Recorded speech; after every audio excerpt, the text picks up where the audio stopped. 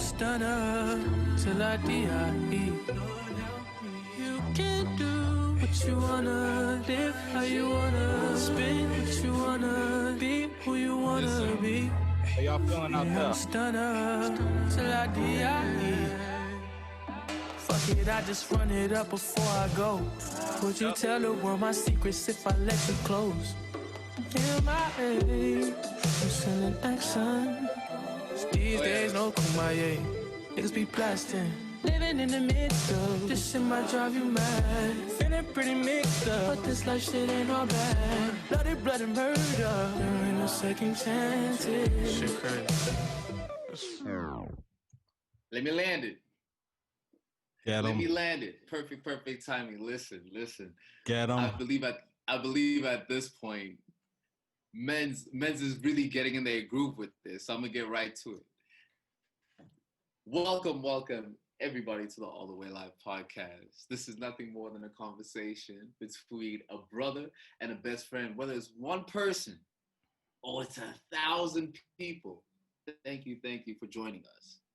Come on in, grab a seat, get a drink, grab a plate. Let's get it cracking, bro. Let's get right into it. Back up in this thing. Yes, we is. I'm excited because I love how the mic sounds. Like it really, the sound, like the mic really, I think brings it together. And I'm excited for mine to come too, and for the growth of this. I see growth. Hey, bro. I'm glad you see it because it is happening, man. And funnily enough, these mic things, they important for this sport. If we want to dominate this sport, this arena, this field, we gotta have the proper tools. So, hey, man, this mic is special though. Can you explain why it's special? Because I know exactly everything about that mic.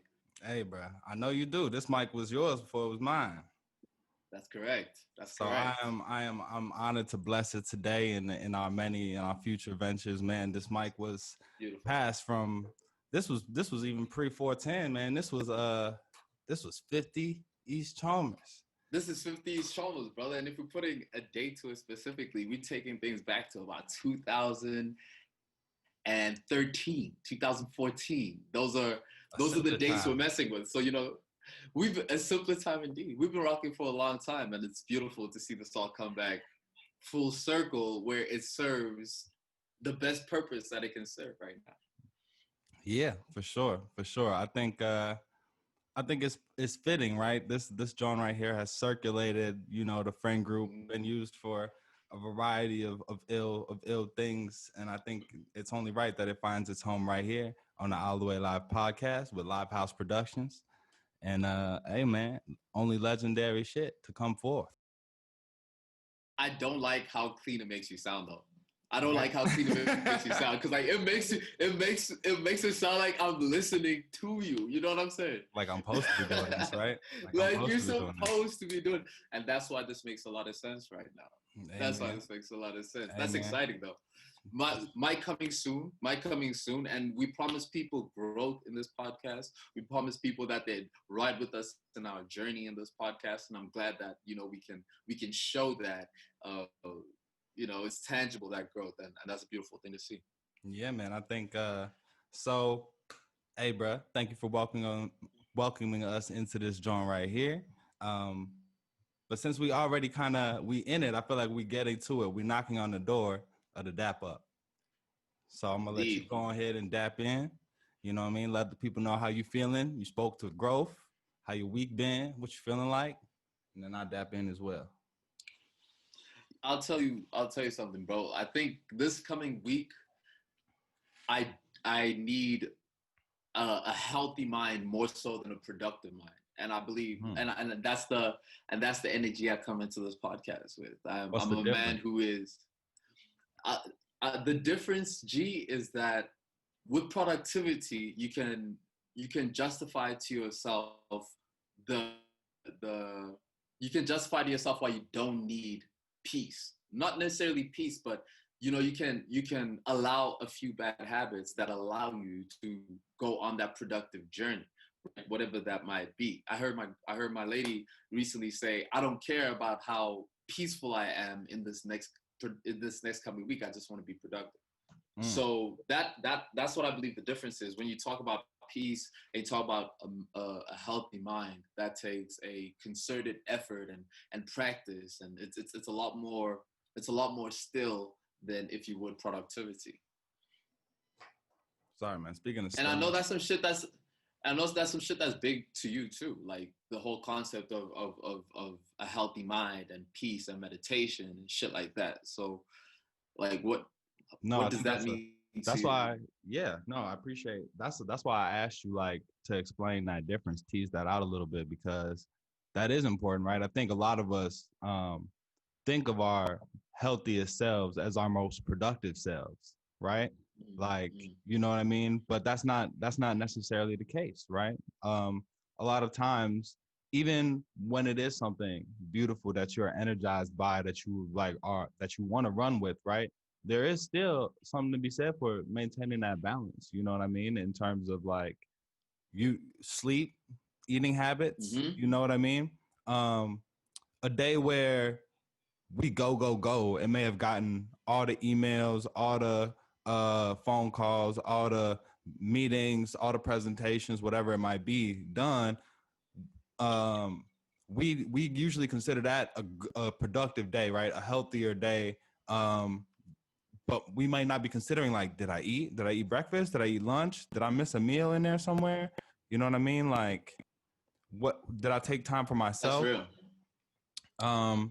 In a day where you sit at home chilling, right? And you know, maybe you ate too much. We're a lot more critical of that, right? You know what I mean? So it's interesting. Yeah, I think that's an important balance, and to know the difference between productive and healthy mind. So cool, bro. Cool. I'm glad you for sure in a mindful space. In a mindful space, and I'm reading this fly's book, Energy Plan, that just talks about the balance between like food intake and a healthy body and healthy mind. It's some fascinating shit, and niggas want it. Be more than happy to share that. Hey, we can talk a little bit later about how many layers of Energy Plan hits you personally. I feel like that's a perfect book for you to be reading. Yeah, we'll catch that in. But before you fly by it too quickly, I believe you always should dap in, my brother. So dap on in. Tell people how you feeling, what type of energy you coming with. Yes. Wagwan all the way live. Smiles Xavier. Wait a minute. I didn't know we had gang signs for this podcast. Yeah, we do have gang signs now. We do have gang signs. That wasn't in the Heater Board group chat, dude. I'm just getting shouted at you must have missed the meeting. You must have missed the meeting. Nothing but growth happening this side. Hey, I'm in a great space, man. I've had an opportunity to like catch up. You know those times when you do actually have time to like, I talked to my moms, my pops, my younger brother this week, saw my grandparents. And during COVID, like that type of connectedness hasn't really been a thing. So I feel great having like touch point in all of those spaces. On a personal tip, like, you know, I cleaned this room out, moved the whole setup in here. It's beautiful. This is, a room. I feel like you could probably tell there's a lot of natural light in here. I love that my little workspace now is like surrounded by windows and like light. I'm on the third floor, so it's still like a decent amount of privacy. You know what I mean? So it's a good little balance. This space is under construction, so more fly shit coming soon. Indeed. But yeah, man, I'm excited. I'm excited more than anything. I'm excited on a professional tip. I'm excited on a personal tip. This week, today officially, the first videos of the pod are going out. Episode 1 in that. Yes, indeed. This Thursday, I dropped the first How We Rockin' mix. Go find that. That's on Clout. Also on SoundCloud. We're going to see what they do about the little licensing thing. If they let us stay rocking on SoundCloud, then we're going to keep it moving. We're going there. But go get that, man. Like 30 minutes of just like some hard shit. Not necessarily going right at the top 40 of hip hop, but like more some like just some slapping ass stuff that you might not have heard of that, you know, might have flown under the radar. You know what I'm saying? So, hey, bro, we pushing. We pushing content. And I'm the cover of the first one, in case you're wondering who the fly dude is on the convertible. That's me. So pay me my respect. Yeah, you know what I'm saying. Put some respect on Drop Top Daddy. You know what I'm saying? Drop Top Daddy. Bro, I've Hey, been looking for a new Instagram name. we Now that adding I'm wild coming back, and I think AKAs. Drop Top Daddy might be it. Drop Top Daddy. This Yo, podcast fully you touched supports upon some shit. AKAs. You touched upon something that I'm actually interested to see what you think about. Like after this whole COVID thing, because I think it's safe to say that most people are done with it and are outside with it, or whatever the case may be. It's interesting to see like some of the weird things that we've accepted as a norm during COVID and how people are relating to those things afterwards. For instance, you said like touching up and catching up with people, like that didn't really happen very much through COVID. Like it was so easy to be accessible to other people that a lot of people weren't even accessible to other people. Like who you didn't care about talking to was made very known and prevalent Yeah. during COVID. And that was normalized. Like you can't take that to heart. Like, hey, bro, it's COVID. I don't feel like talking to you. I don't feel like talking to you. There are a lot of me? and even to refer to them this way is like speaks to how they got left, but like loose ends in terms of conversations and people that I was like just meeting or just reconnecting with, that it was kind of like, ugh, you know what I mean? Like, sorry, global pandemic. We didn't, on that last email, phone call, text might have been on me, but a nigga been busy. You know what I'm saying? I've been busy. Rightfully so. Yeah, man. But I think it comes in waves, and I think it, if nothing else, I think in certain senses it strengthen connections, right? So like, there were certain instances where even my pops would be like, "Hey, nigga, where you at?" You know what I mean? Whereas, he used to might have seen me around the block, or like I might walk over to his crib or like pop up on him or whatever. Everybody's inside, everybody's under quarantine or whatever. So hey, nigga, where you at? I ain't seen your car around the crib in a few days, nigga. I'm just wondering. So I think there was an increase like of checking up on people for that tightening of the inner circle and maybe like a letting go of the outer circle. Of the outer circle, which is like something that I think is a natural progression. Like as I grow older, I realize that you can have people that you're tight with outside of that inner circle and doesn't make them less tight necessarily. I think relationships and friendships have like a weird balance of how much they need to be communicated upon and things of that nature. They're like plants. Different plants require different levels of water to grow. Yes. And I don't know what it says about me that the majority of the flourishing plants in my life are those in which like there doesn't have to be that constant stream of communication, right? Like, you know what I mean? Like if when I last fucked with you, I fucked with you, then I fuck with you still until next time we fuck. You know what I mean? Until the next time. Speaking of which, like, yo, shout out to my homeboy Freddie. It was that man's birthday on Friday, so happy belated birthday to you. That's the OG, you know what I'm saying? That's where any semblance of cool that I got was probably cultivated after meeting Freddie. You know what I mean? So, indeed. Hey, bro. Indeed. Happy birthday to the homie. Happy birthday to the homie. And, I think what I'm realizing now as we are celebrating birthdays after the pandemic is that people are taking celebrations of those types of things a lot more seriously, just in the sense of like really embracing celebrating life. And I think that's a beautiful thing to come out of it. Yeah. And that's the All the Way Live podcast. We are a celebration of life. We are a celebration of celebrations. You know what I mean? It's lit around this mug. Sure. That's basically what I'm saying. It's lit around here, bro. It's lit around here, bro. I think people take the book references as too seriously. No. It is all the way lit. It's in fact live. In fact. Hey man, and I love just kind of like looking on the horizon of what we can do with these conversations and stuff like that. And I'm very confident that we'll be able to cover a lot of important ground, but at no point am I worried that we won't be able to express the light, the levity, and the liveness of like who we also are. So I hope that comes through. I hope y'all feel that. And if it's too whack, it's too dry or whatever, like let us know, you know what I'm saying? Because we will get live on you in them comments too, you know what I'm saying? Mom's just trying to find the comments.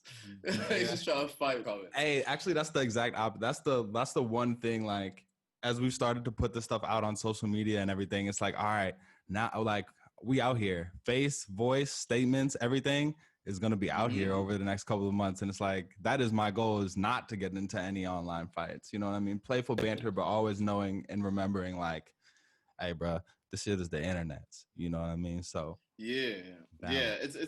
it's fascinating because I think again it's an artistic expression, right? This is indeed an artistic expression, and so anytime you put any sorts of art out, artists we're sensitive about our shit, and so that's also an interesting dynamic to explore. Yeah. Speaking of art, putting art out and being sensitive about our shit.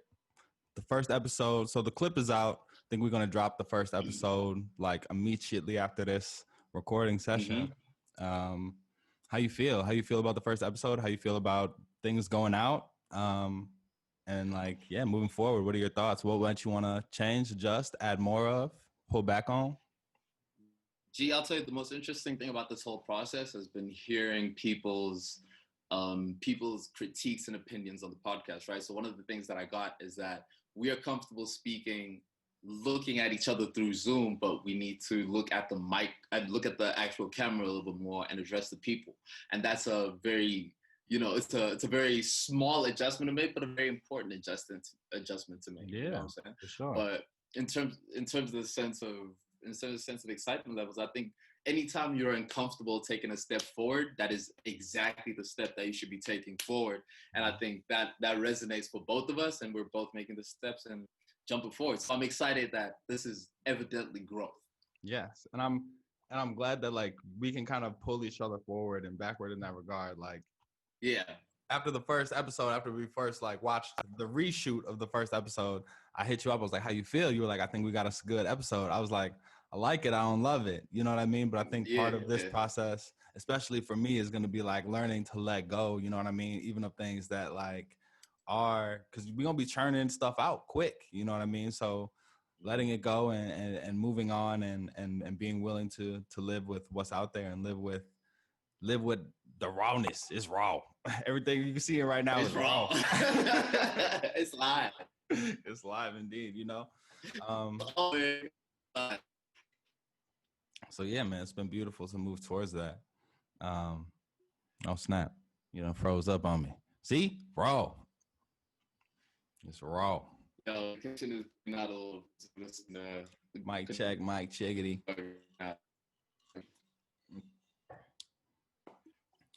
Yeah, man, you will see the guys as we struggle.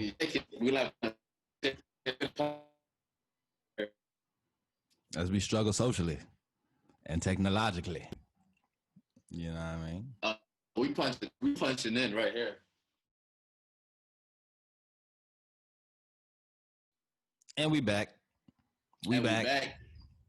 Back in the better than I was the last time, baby. Ooh, Miles Xavier, now that you took me there, I gotta ask you. I think the conversation of who the king of Chicago has to be had. We've had this conversation in private, but I think it's an important conversation to have because we got some gunners, some killers coming out of Chicago right now. Who's the king? Fire. That's fire. Okay, it is. Cool. Who is the king of Chicago? What do we mean by that? Do we mean street? Do we mean clout? Do we mean rapping bars? Like, what do you? Who's the king? The greatest hip hop king. I mean, if you taking everybody in account, it still has to be Ye. Nah, you're right, because there is two lists of Chicago hip hop, right? And not to make this conversation very local based, but I think that conversation has to be had because hip hop has always had a history of. No, nigga, we about that local shit, nigga. Chicago all day.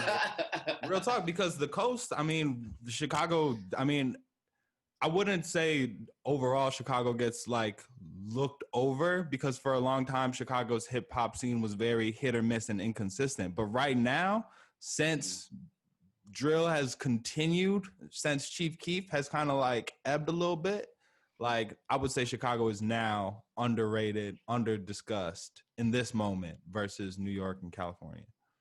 I think you're right in that sense, but the fact that the tastemakers of the sound are Atlanta, LA, and New York now, right? And I think that it's difficult because the grime sound that a lot of New York is thriving through, introduced by your Pop Smokes and whatnot, that sound definitely has a drill element to it. Yeah, R.I.P. it does. Pop Smoke. A massive drill element to it. In fact, that drill element obviously has its roots and whatnot back in the UK, but how you usher that sound to the US, that is all Chicago. Yeah, so that's really interesting because yeah, I definitely agree that the drill sound of New York right now is boom, you nailed it. It's like Chicago and grime kind of like combined.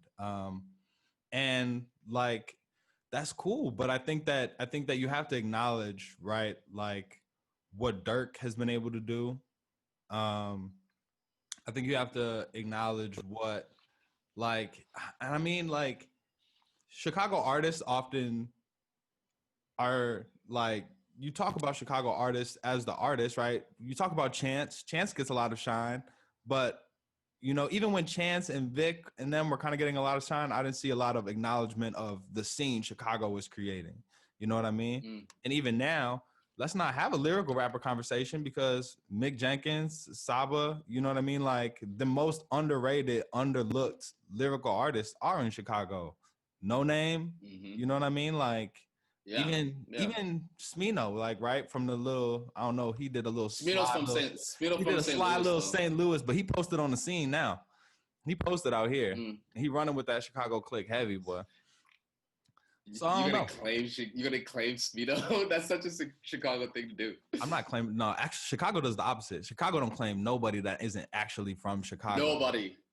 Nobody. I learned that. You can Yeah. be 2 streets in a suburb outside of Chicago. You better not say that you're from Chicago. Nigga, bro, most of the fights in my life have been over that shit. Shit like that. I wish somebody would tell me that I'm not from the Chi. I wish somebody would, bro. I'd fight them. Yeah.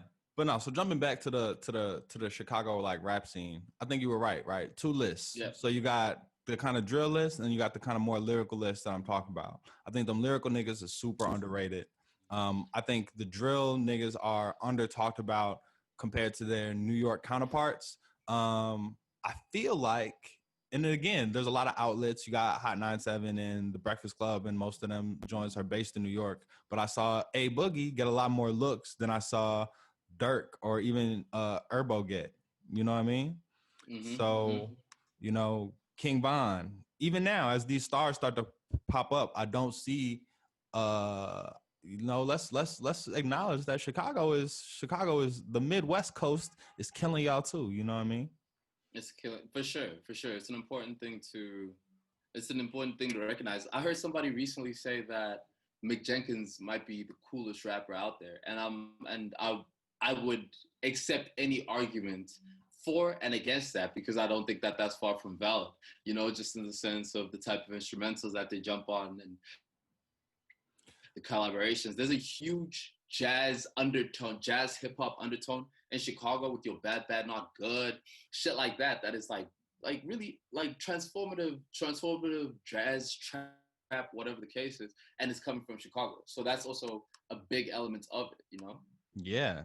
And I think, and it's unfortunate, right, what COVID has done to the music industry, because I think those artists are some of those that could provide some of the most memorable live performances in an intimate setting, because they're not in the big arenas that a lot of the other artists are in, right?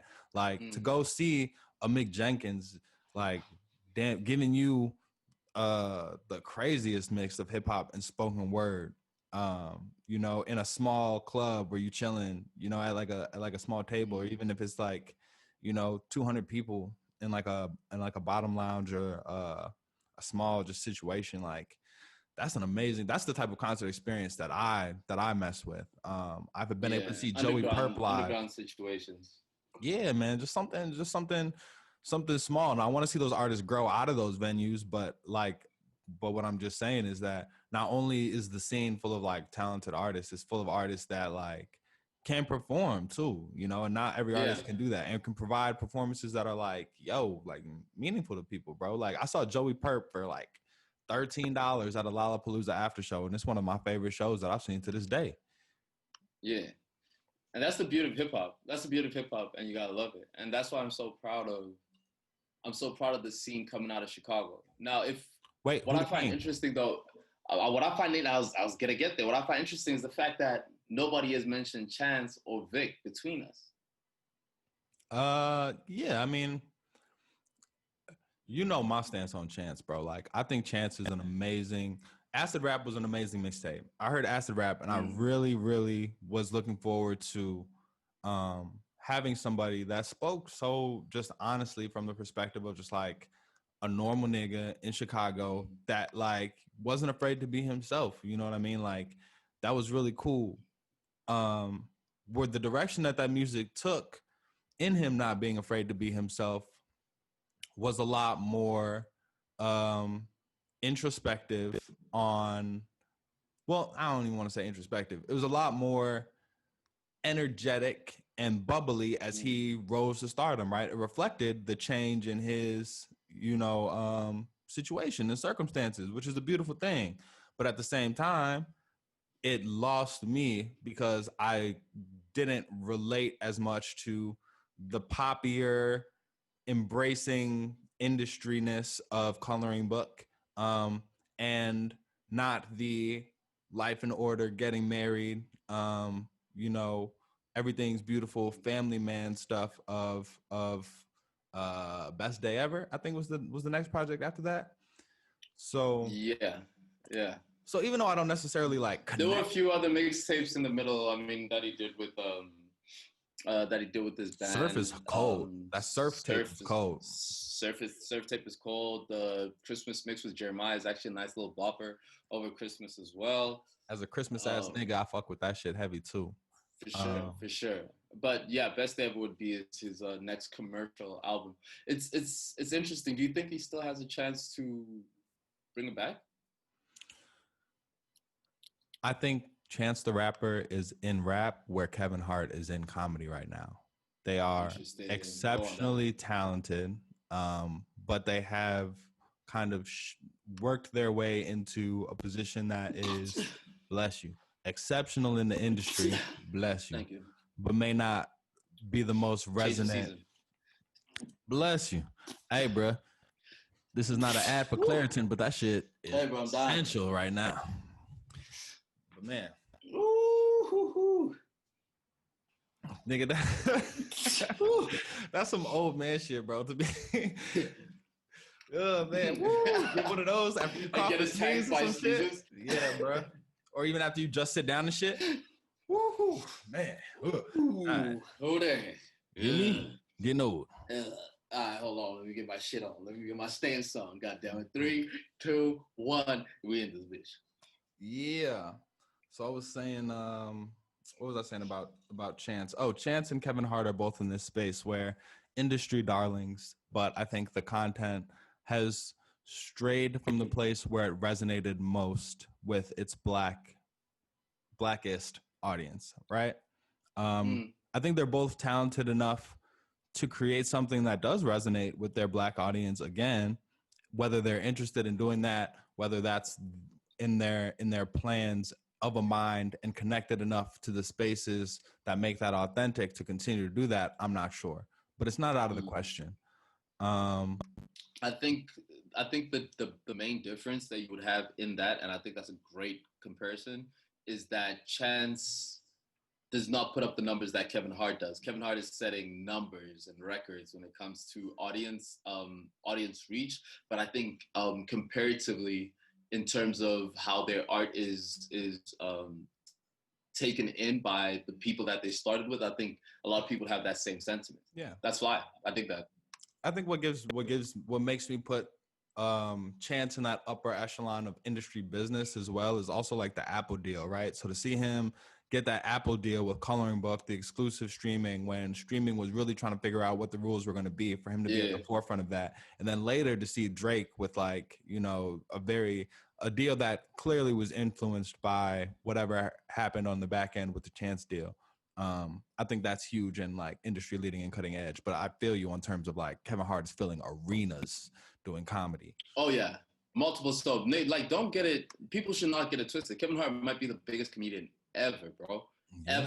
Ever. Just in sheer terms of income made and shows sold out and in number of shows done in a year. Like, he's consistently setting records. He's one of the first comedians, I think, to sell out Madison's Garden a certain number of times back to back and things of that nature. So It's that's the only difference. But I think that's a mad flight comparison. I dig that. That's a thumbnail right there. And we bring you that. And we bring you that. See, we getting there. We getting there. So yeah, so I think Chance, in terms of like leading the new school from an industry perspective, would be like the king of Chicago. Vic, I loved his music. Internet Tape was dope. Incredible. Even the tape that came out, the 16 shots, that tape was like had some definite vibes on it. I think he's gone way left in his direction, and if it's not for me, if people still rock with it, then hey, they can rock with it. I get confused and confusing vibes from Vic, so that's kind of just where I'm at with him. There's a lot of Chicago artists. I think just the talent is overflowing, but it just hasn't had that stars aligned moment to create, a Cardi B or a Pop Smoke or the next leader of whatever the generation. Or another Chief Keef. Yeah, exactly. But Perp is in there. Perp's Eye Drops and Quarter Thing, two good projects, very dope mixtapes, just solid rap. Man, who else from Chicago? Because I don't know if we can. Saba, you have to put Saba in there. I think you have to put Mick Jenkins in that same race too. I think those two are very important because Saba's last album was, what was the name of that last album again? That was Prom King. Life. Nah, Life, no. Was it? I thought it was Prom King is a song. Prom King is a song of the whatever the case is. His last album, yeah, great. It's great. Saba Gray. That album is absolutely fantastic too. And I think with the music that he's putting out now, he has a chance to also be in that discussion. So I mean, I think in hip hop and even just more largely, especially this year, right? There is an excitement around like all these acts and so much like interesting talent that's coming out. But then there is also like the reality, So like as we said before, rest in peace to Pop Smoke. Chicago's had rest in peace to FBG Duck. You know what I mean? FBG Duck. Rest in peace to Young Pappy. Chicago's had artists that were repping their city in that way, that were gaining both the clout and the momentum to do something really big for the city, for themselves, for their people, and have lost their lives in the field, real as it is out here. So yeah, there is that. Pappy's brother Tay Sav is one of my favorite artists. Great artist from Chicago. Yes. Great artist from Chicago. And I don't like to talk about great, like just artists from Chicago in general, because I do know that Chicago niggas do not play. And therefore I tend to, I would like to be very, very safe. Complimentary. The choice of words. Complimentary, bro. Ingratiating. Hey, bro. So yeah, so it's all love for, I think hopefully we've named enough Chicago artists that somebody like in these comments or that's listening or watching, check somebody cool out. And if you from Chicago and you rap, talk to us, hit us up. We'll listen to your shit. And if it is fly and if we do fuck with it, we'll say so. Hell yeah. And we'd be more than happy to include it. And if it slaps, put it into the Bang Award. Like that's the whole purpose of all of this, is to be able to really, for us to be able to reach out to other creatives who share the same type of interests and topics and mindsets, and be able to share interesting, dope art with each other. So by all means, please engage. And to put a beautiful little bow on this conversation right here, right? I don't know if we really named a true king of Chicago, but I did see the other day that Chance, G Herbo, damn, I don't want to get this wrong, Vic, and one other Chicago rapper. I don't think it was Dirk. I think it was somebody more on the lyrical side. Joey. It was Joey. It was Chance, Joey. Who else I just said? Goddamn. Vic. And G Herbo was just giving out school supplies for the kids. So that's what's up. And for that shit right there, them niggas is the kings of Chicago right now. I like that. And that's a good way to put it. And that's something that you cannot take away from Chicago artists, is their instinct to be able to give back, right? And I think that's a beautiful thing. And that's why I think a lot of the work that we do is because I think it's important to be able to communicate the importance of that type of stuff, you know, the importance of being able to go into neighborhoods and reach out and speak to people, listen to people, and lend a helping hand. If anything else, I hope that's we can be able to give that same type of passion and purpose to one other person. Yeah, exactly. I mean, in times like this where everybody is working their ass off just to get a handle on the situation, you know what I mean? We have to be realistic about the how much we can do, how much we can hold ourselves to. So to be kind to others and to help where you can is an excellent first start. I love to see the people that have been put in positions of influence taking the time to still do that, man. Um, again, man, I hate how much of this there is, but also to take this moment just to be like, rest in peace to Ruth Bader Ginsburg, man. Indeed, I know a lot of indeed. the people who know what's going on, especially women, were Mm-hmm. super fucked up to hear that she passed away the other day. So, you know, we lift up her family, we lift up her supporters, and we lift up Mm-hmm. ourselves and each other in this moment just to continue the work of a fierce champion of rights for all people. And Mm-hmm. yeah, man, we humbly and tearfully take that torch, I guess, bro. For sure. And if people haven't done their research, I would highly suggest that there's some very, very fascinating milestones and her contribution to just the as you said, female empowerment movement and just the movements in general is impressive. I read somewhere that she was the first professor of law at Columbia University, which I thought was fly. Like it's like an interesting little throwaway fact, but it's fly nonetheless, you know. And so, um, indeed, indeed. But just to pull us back not too far because we on hip hop right now. Or pull us back to hip hop to the side, which is Cole in front of Kendrick right now if we're just counting in classic hip hop metrics? Wait. Is Cole in front of Kendrick right now? Right now. There's a conversation to be had, but what do you mean by classic hip hop metrics? Because if we're gonna count on terms of who had the most recent, who had the like who shot last? Who shot last? You know what I'm saying? So that's what Yeah. I mean by in a classic hip hop conversation. Same reason why a lot of people discount Jay Electronica in these types of conversations or Andre 3000 in these types of conversations is that when it's time for you to shoot, it was quiet.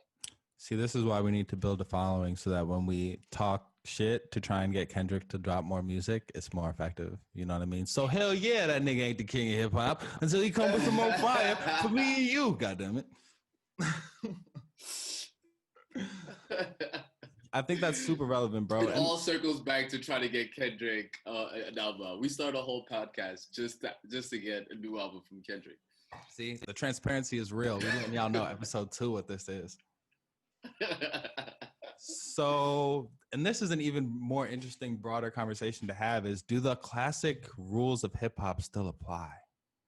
You know what I They mean? do, bro. If you take Clout away, they have to apply.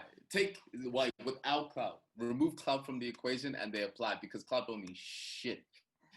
Okay. I like that. I like how you cut to the quick of that real quick. Clout is Sure.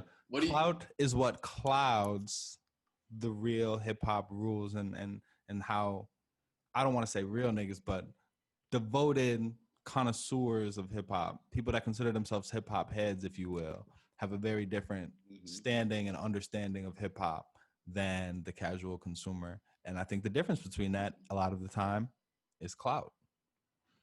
So For sure.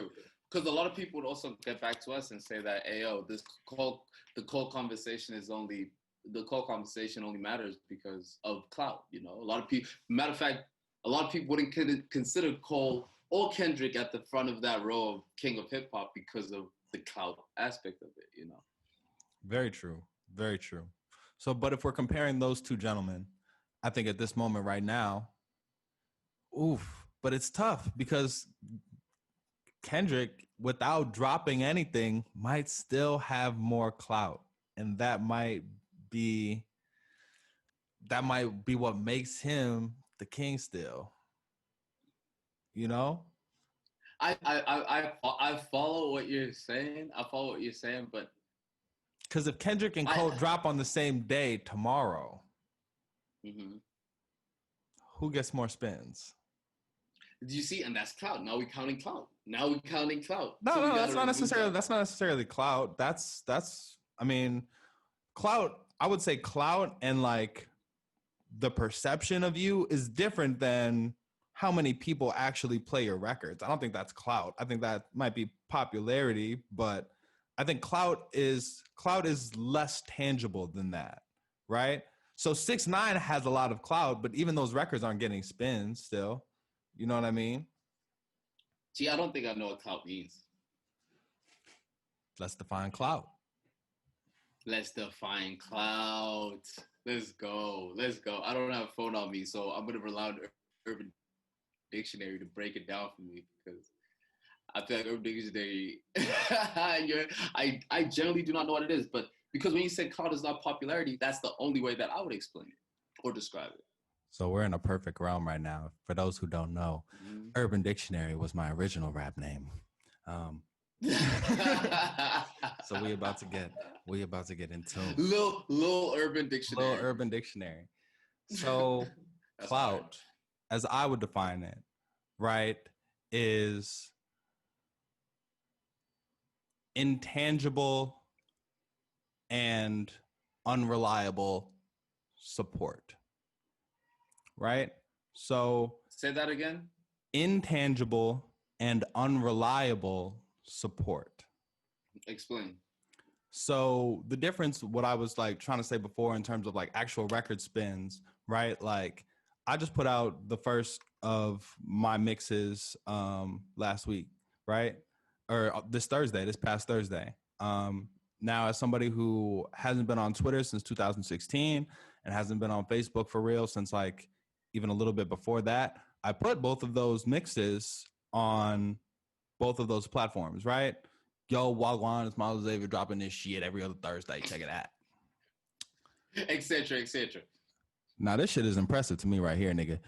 Facebook and Twitter, 0 likes, 0 comments, 0 reposts and retweets.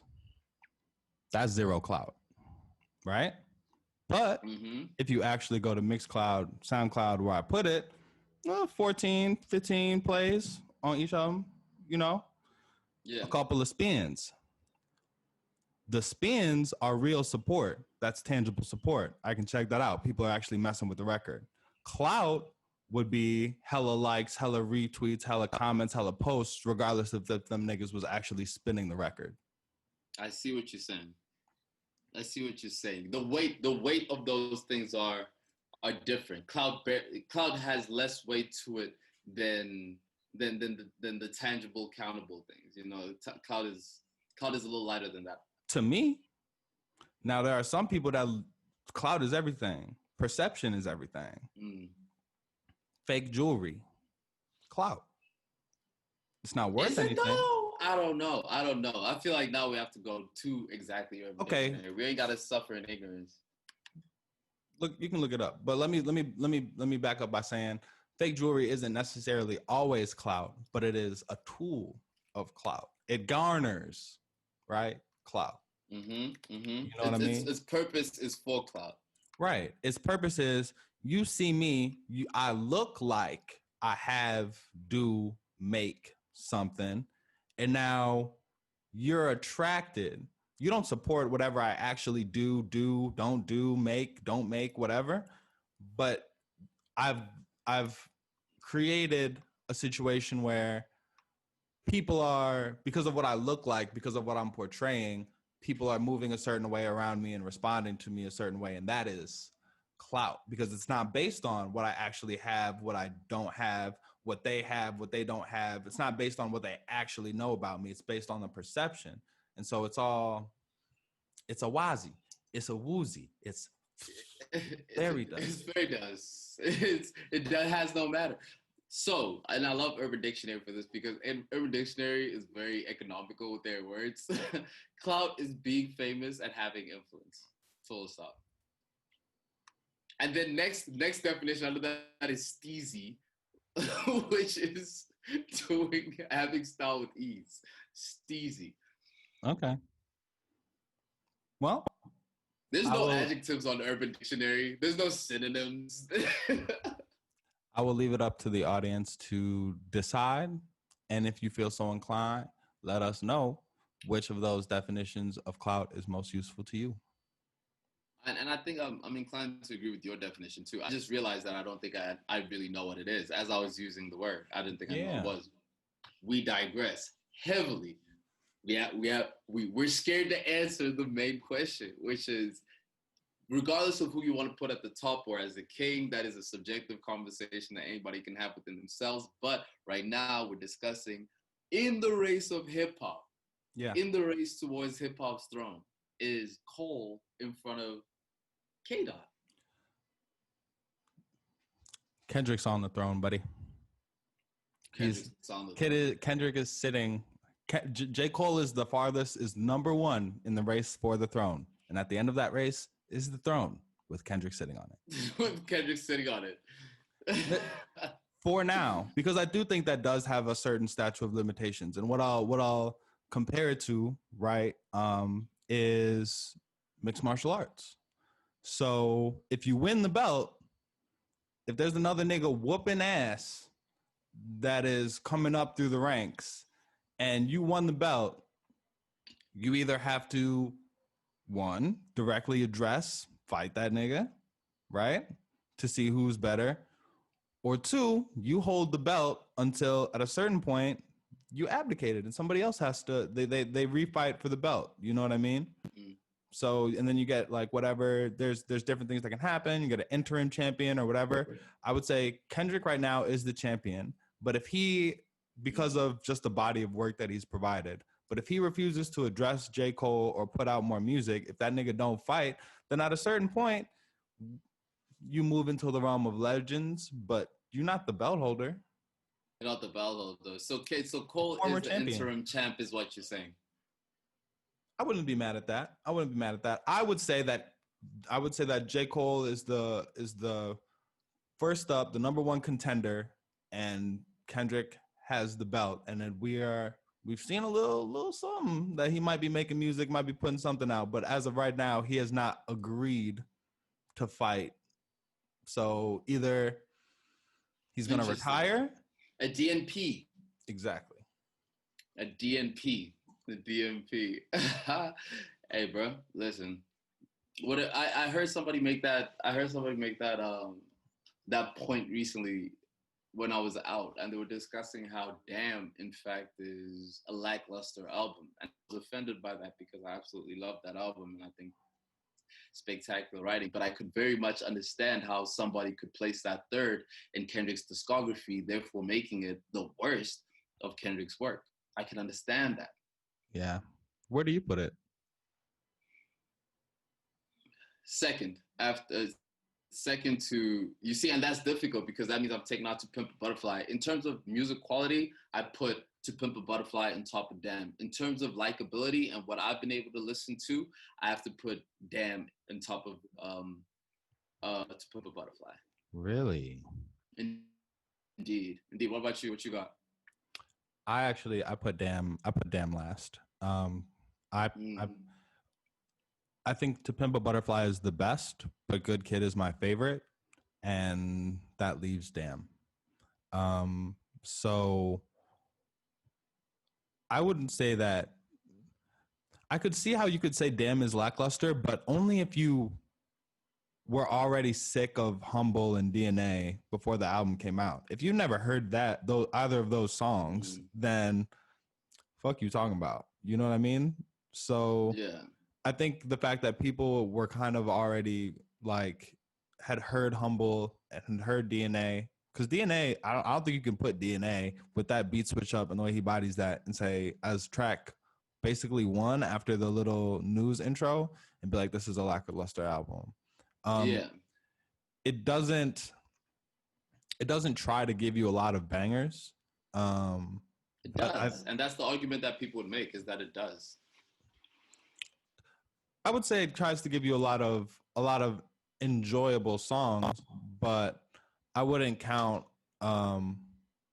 Love or even Element as a banger, right? Element is one of my favorite songs on the album, but it doesn't like it's not made to slap like a DNA or a Mad City or a even Michael Jordan, right? It's made to be like it's made for the content, and if you are dissecting and trying to understand the subtext, then it's kind of fly. It's a fly little shot. But I would say I could understand how sonically them not going for a lot of uh radio ready slaps could be perceived as it being. But then how do you compare it to then? But then to Pimp a Butterfly, same thing. So I don't know. I was about to say the way you're describing that is very much so the way Adele described to Pimp a Butterfly. Is that if you really break down the penmanship of that album, that's what it really flourishes most, and that's why I can understand why people do place Damn like you did at the bottom of that list and calling it the worst Kendrick album. You know, Yeah, by but I don't want to call virtue it. of it's not fair. It's not fair to I don't call want it. to I call it don't the agree with that. worst. I don't want to call it the worst. I don't want to call it like. I don't think it's lackluster. I just think the other two are due. To Pimp a Butterfly says too much to be at the bottom. It says entirely too much. You know what I mean? At entirely too appropriate a time. It set the bar so high that we can't even play that game anymore. Really. You know what I mean? leave that jazz black conscious game alone. Leave it on the floor. Yeah. My son, leave it on the floor. So yeah, I think Damn can sit at the number 3 spot without anything detrimental to be said about it for me. Fuck, I had another question that I wanted to ask you. It slips me now. It slips me now. Now, if Kendrick or if J. Cole puts out a project that's better than any one of those albums, we have a belt taking passing conversation to have. For sure. But until then, now here's an interesting little question: who is the next? Maybe not even the next, but like among the young guys. So you know who I'm talking about. I'm talking about Boogie. I'm talking about Reason. Leaders of the new school. I'm talking about Vince Staples. I'm talking about. I wouldn't put Vince Staples in that conversation. Okay. What about YBN Cordae? Or just Cordae now? He dropped the YBN. You're not a fan. I don't love him as much as I love those other two guys. But I think he's talented. You know what I think? I think he could be the Cole to the next class of hip hop. He can be that next class's Cole.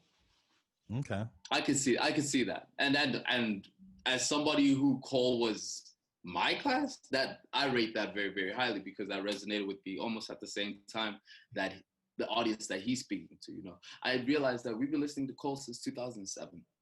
Early. So that's early. That's 2007. So then you think it's Boogie and Reason competing for that last spot? Maybe throw a Kenny Mason in there somewhere. I think there's a lot more people that you have to throw in there than just Boogie and Boogie and Reason. In fact, I'll take Boogie out of Boogie. I'm thinking a Boogie with the hoodie. Then in that case, I think we're right on top of it then. Boogie, Reason. I do think everybody is an album and a mixtape away. I think IDK, you have to consider him. I think St. John, you have to consider him. I think you have to consider let's see, who else am I missing? JID, Earth Gang, all those gents. Yeah. See? And this is how you out XL freshman class, double XL, motherfucker. Get in tune. If we get in even deeper with it, niggas should check out Blockboy Twitch. That nigga is putting together some consistent little things. Kerr. Indeed. There's a lot of lyrical rap that I think has been honed in this like little quarantine little era and stuff like that. For sure. Which leads me to another question, man. What do you think of how much do you think quarantine has affected the like how much of different kinds of music we're getting, and what do you think? Do you think once quarantine's over ish, like more next year, next summer, if we're back at bars, clubs, outings, do you think that type of music will just snap back, or what do you think the overall lasting effect of quarantine on music will be? Like, I think that the place of music that is comfort music that you can do your day through has peaked and is going to continue to be a thing. That's why I think ASMR also peaked over COVID and shit like that. Is that things that you can do, minimal distraction, musical distraction. You know what I mean? And I think that's going to peak and maintain. But naturally, in terms of people being more outside, I think that's going to change. We definitely saw a hard break when it came to the volume of music that was being put out. Don't forget the type of year we just came back from in terms of the music that we're getting. It was, we're busy talking about there's too much music coming out. And now it's just a hard break of that. So that the volume of music has slowed down. The content has definitely slowed down. So I definitely think that coming into that, we're going right back into dancing, bro. Hey, you gotta come with the new dance. Yeah. So that's interesting. And the reason I kind of ask, right, is because, and I think we had this conversation a little bit off air with regard to the NBA, just in terms of sports having a huge place in people's lives and then having to be shut down for just the right amount of time. I feel like it seems to fill their lives and their days and their plans with something else, another activity, right? And when even the NBA comes back, I was glad, you were glad, but I don't know if everybody snapped right back to watching all the games as religiously as they were prior. I still haven't watched the game. Yeah, exactly. So that's kind of what I'm getting at in terms of music, right? I would think that when people are going to be eager to jump back in, that Drake's going to have a field day, Ty Dolla $ign is going to have a field day, Cardi's going to have a field day. But if the reaction to going out, being in clubs, is anything like the reaction to sports, it might be a little bit more moderate than we imagine. Even though club and going out is more active. Yeah, it'll be interesting. It's going to be very interesting to see. But Drake's definitely going to have a field day. I think Drake is going to time his drop to immediately right before.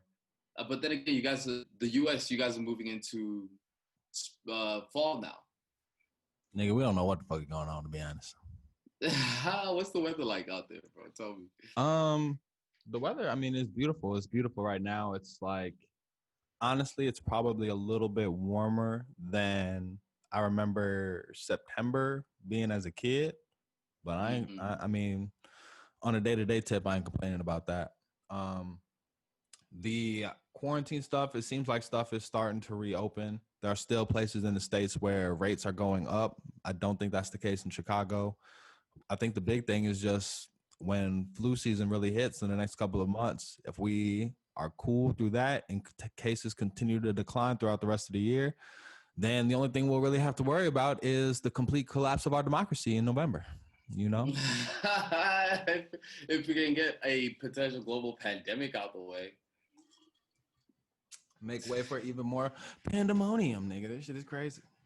Yeah, that's a whole nother thing. And I think we're gonna have to have a whole other podcast the day of the elections, because I feel like that's gonna be a very fascinating thing to be able to witness. Yeah, goddamn, election watch is so far from the type of shit that we would do that I think it might be a good idea. For sure. And I do want to say for the next podcast, what the elections mean to you as a Black man coming up. Do you want to save that for the next podcast, or are you asking? I think we should save that for the next podcast. All right. How long have we been in this mug, man? What are we at? What are we doing? We rocking. And the reason I keep checking the time is because we have another podcast that we got to record immediately after this. Content for your head top. It's coming, boy. It's coming. Straight up. Hey, B, you want to put a ribbon on it? All right, cool, man. Well, if we straight right there, then we straight right there, man. This has been so much fun. Time has been flying. We know y'all have entirely too many options when it comes to choosing a podcast. So we appreciate you rocking with All the Way Live. Live in the sense that we are celebrating life, live in the sense that we are celebrating, live in the sense that you are hearing us work everything that we're talking about here in real time. We're working it out as we go. And we want y'all to be a part of that. So like, comment, subscribe. Let us know what we right about, what we wrong about, what you like, what you don't like. We reading all of that. We responding to all of that. We love y'all.